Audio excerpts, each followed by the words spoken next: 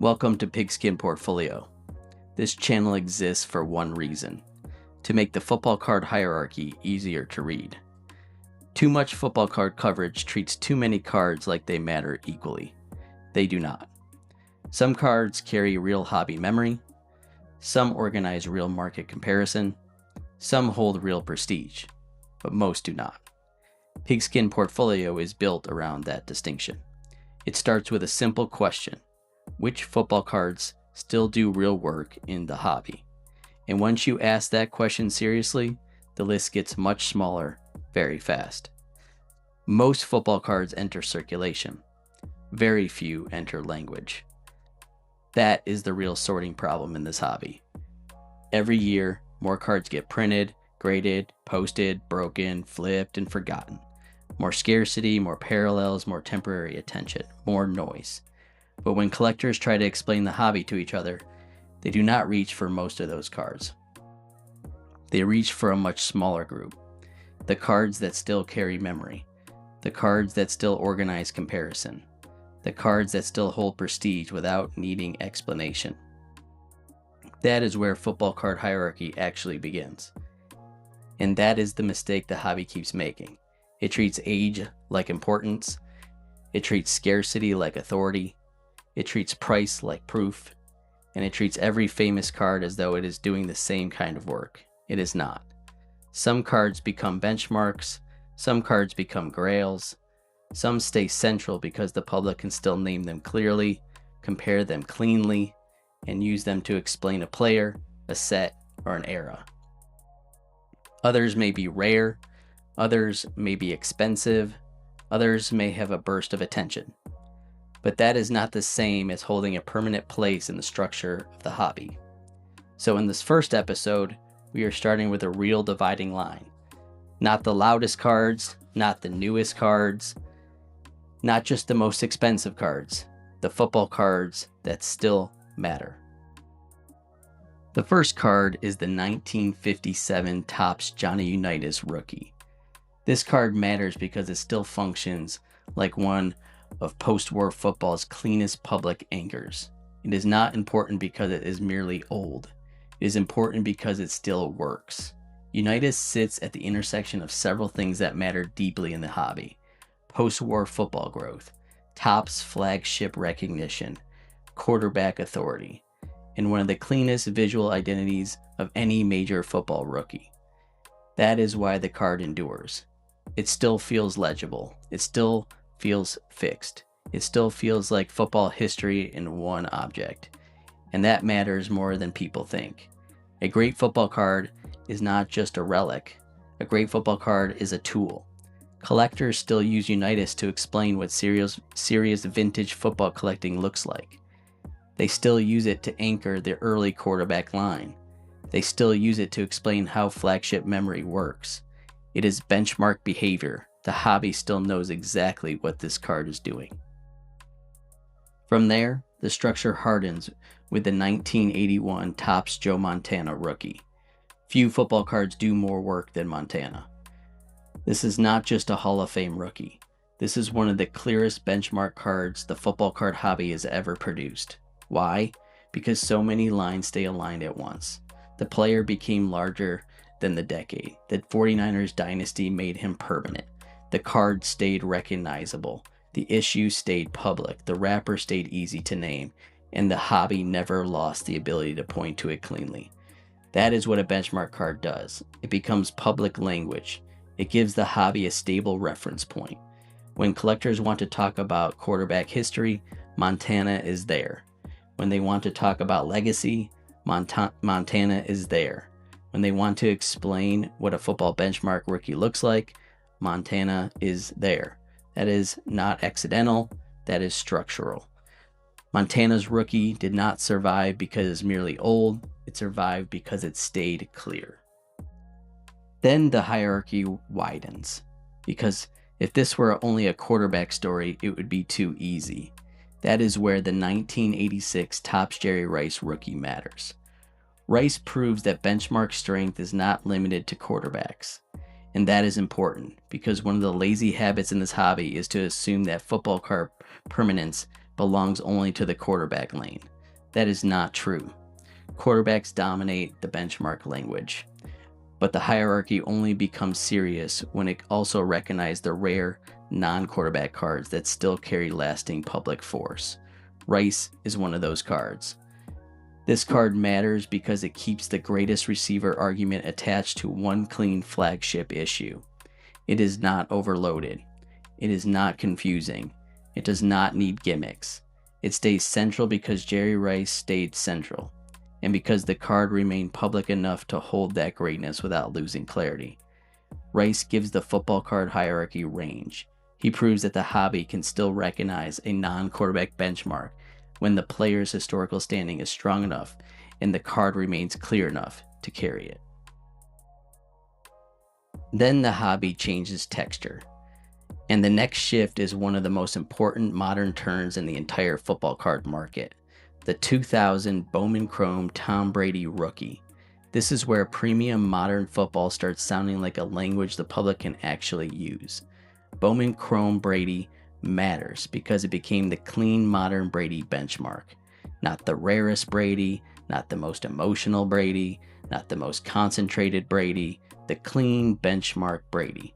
That distinction is everything, because modern football collecting does not only need stars, it needs cards that the market can still compare through. Bowman Chrome Brady gave the hobby a premium wrapper that still behaved like a public reference point. The chromium surface mattered, the premium feel mattered, the era mattered. And Brady, more than any other quarterback of the modern period, gave that wrapper permanence. That is why this card still matters so much. It is premium without becoming illegible. Collectors can still name it, picture it, place it, compare through it. Even as the Brady market became deeper, scarcer, more expensive, and more mythologized, Bowman Chrome remained one of the cleanest ways to talk about him in the public benchmark terms. That is real benchmark power. And then the hierarchy splits. Because once Bowman Chrome Brady is in place, the next great Brady card is not doing the same job. The 2000 playoff Contenders Tom Brady Championship Ticket Auto is not simply a better Brady card. It is a different kind of object. This is one of the most important distinctions in the entire Pigskin Portfolio framework. A benchmark card and a grail card are not interchangeable. Bowman Chrome Brady is the public benchmark. Championship Ticket Brady is the grail. And that matters because they do different work. Bowman Chrome helps the market compare Brady. Championship Ticket compresses Brady into prestige. This is not a small difference. That is the difference between a public reference point and a trophy object. The championship ticket matters because it concentrates several powerful forces into one place.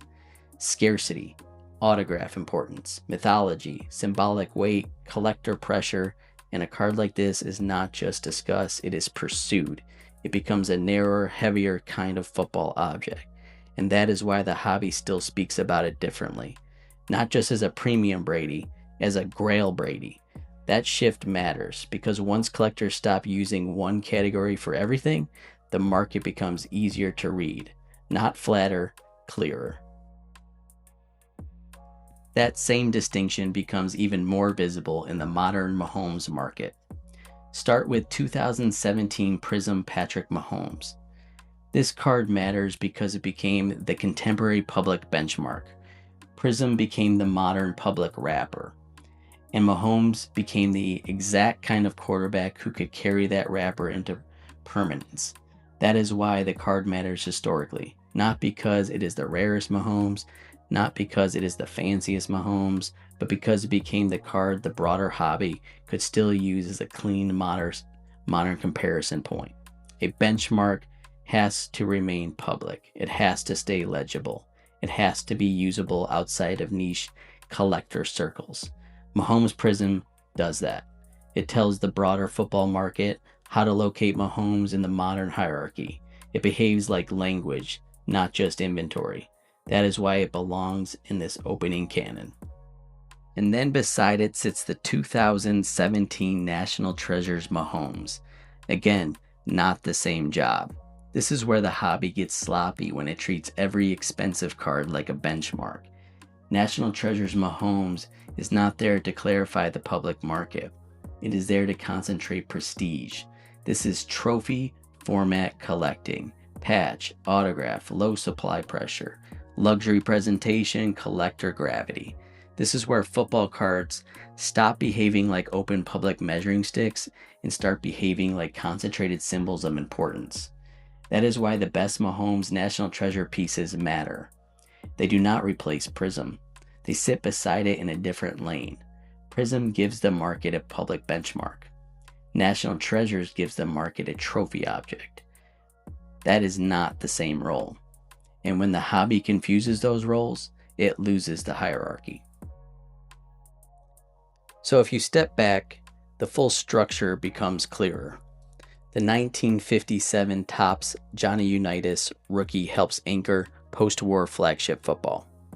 The 1981 Topps Joe Montana rookie becomes one of the clearest quarterback benchmarks the hobby has.